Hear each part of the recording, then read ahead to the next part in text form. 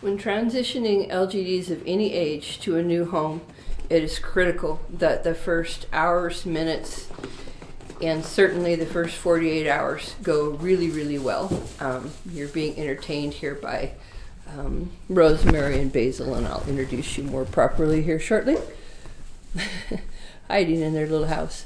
Anyway, I like to think about it this way. If you think about a file folder or a file cabinet and it's empty, and then you start putting file folders in it, and then you put contents in the file folders, that's what an LGD does when he walks onto a new property.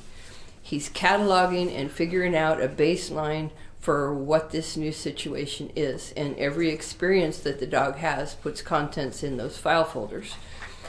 Their emotional connection to the property, particularly their sense of safety or not, is critical to manage well in the very first minutes. I don't accept that new puppies have to be frightened in a new home. It's just, that's not a given. You can do a better job than that. And I've talked about this a bunch, but we'll talk about it a little bit more. So let me introduce you to this barn. So I think I'll just pan around and show it to you. So this is the interior of one of my main barns. And out there is the barnyard. House is up past that. But as you can see, there's equipment all around. There are livestock areas. There's 2 dogs over there. There's goats and little pigs. In this pen right here next to my pups are 2 adult mentor dogs that can come and go. And this is the landing spot for these 2 puppies. Rosemary and Basil have been here for 24 hours, just almost right on the dot. They are 10-week-old Great Pyrenees puppies, and they started their journey in Tennessee. They spent several days in a car with their new owners traveling to California. And then from California, they got on an airplane with their owners, traveling first class, I'm told, in the cab. And they flew to Oregon to be with me. They will be with me for, I don't know, 1 to 5 months maybe, we'll guess. None of that is set in stone. It depends on what the owners need, what the pups need, that whole shot. But so these puppies were started well. I can tell that by the behavior markers that they're showing me now that they're here. But they had a long road trip. They're little puppies. They're younger than I think puppies ought to be placed, so I'm a little bit uneasy about that. They've been through so many changes. They were managed very well by their new owners, and that's wonderful. But I didn't know any of that, and so I set up a situation that was as bomb-proof as I could make it. So on that side, they have the little goats. The puppies grew up with goats near them, so I assume that's a sense of comfort. Over here are the 2 adult dogs. One of the dogs is a mom for 2 litters of puppies. She's mentored lots of puppies, so I knew that my adult dogs would seek these puppies and interact with them really well. I created this narrow alley that the pups can see through on both sides so that they can connect with the adult dogs and the goats, but they don't have to. They can make sure that nobody gets closer to them than they want them to. There's a blanket down there on the ground for them that is a used blanket. Hannah, one of the adults next door, has been sleeping on it. So rather than give them a clean blanket, which might make more sense to a human, I gave them a blanket that smells like a mama dog. The igloo house there is loaded with straw.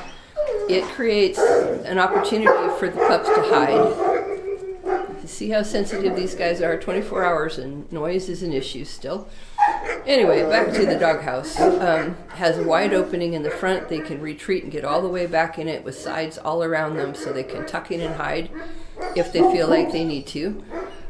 Right outside the door that I'm pointing at is a 20 by 20 grassy area that they can walk out into and go to the bathroom, and they can go out of this barn and take a look at the big wide world and then come right back in that door and remove themselves. So they can go out and back, ping pong between what they're feeling like they're ready to be exposed to and what gets to be too much.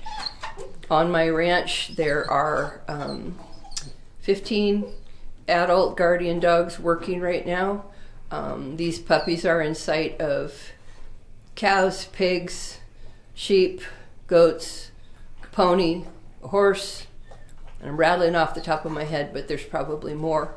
So all the adult dogs are actively working. So when they sound off, what these puppies believe about those sounds, I can't know. I can't know whether it's scary or whether they think that there's guarding happening and they should participate. But I want them to be somewhat insulated from that. So I want to make sure that they can retreat and nobody can get any closer than they want them to. So this is an ideal landing spot for young pups of, I don't know, are they going to be really scared? Are they going to feel confident about things? Don't know. So before these pups arrived, I set this up for them, and it's perfect for them. When we brought the puppies in, I had the owners carry them in and sit down on the ground with them. I sat down on the ground with them. I interacted, touched the pups, spoke with them. If they glanced at me, if they moved towards me, I did not reach for them.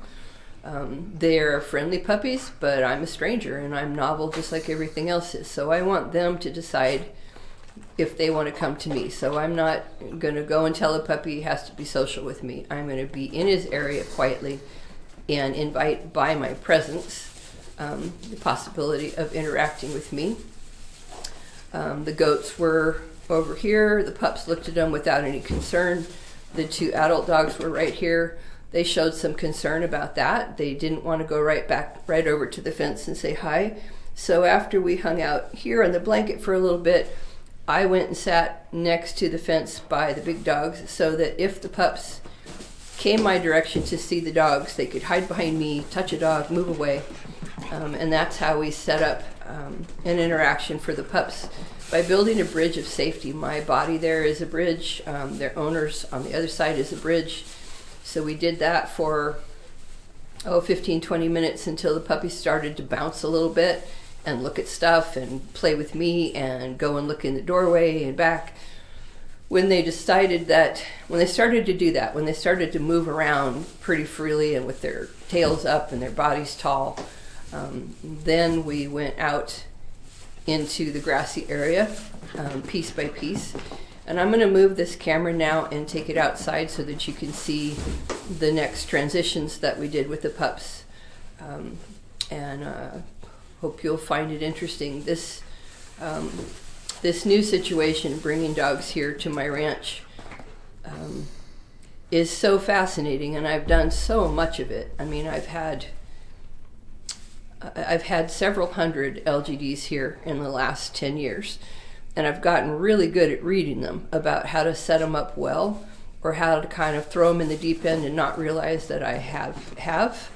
I've had the opportunity to see how quickly or how slowly they acclimate and move out. I want puppies to feel brave. I want LGDs to feel like when they come onto a new property, they own it, just like the property that they left. These puppies are showing very much guardian tendencies, and so I want them to move here and feel like they own everything also. So the fact that they might be vulnerable is my best kept secret.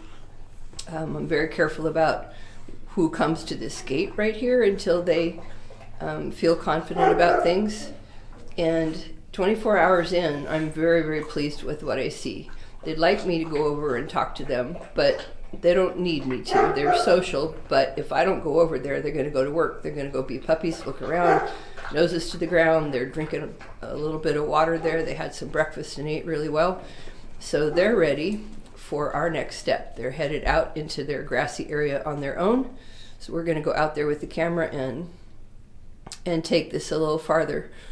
It's very possible to create an excellent beginning spot for LGDs as they come to a new property. It's super important. It's fascinating to do, and you can follow this journey along. These guys are Great Pyrenees pups. I've had more experience with Maremma pups, so I'm interested to see the differences between these guys. Maremmas have a different guarding style than Great Pyrenees, and I can already see that in these puppies. So, gonna be fun. Look at her, she's muddy. Good girl, Basil. Good girl, Basil. How are you? How are you? Hi, puppy dog. Hi. Where's your sister? What'd you do? This dog, come here, Jess. This dog is new this morning. Oh, very good. So I'm close, my hands are low. My little border collie feels like she can come up. The puppies feel like they can come up because my hands are right there. I'm not asking them to, but I'm creating an intriguing opportunity just by where I am, where my hands are. Good girl. I've got Jessie employed here because I can count on her. She doesn't bark. She's not gonna do anything to scare him other than stand here and breathe. Hi. So this is our 24-hour mark. We'll go and do a little bit more on this journey.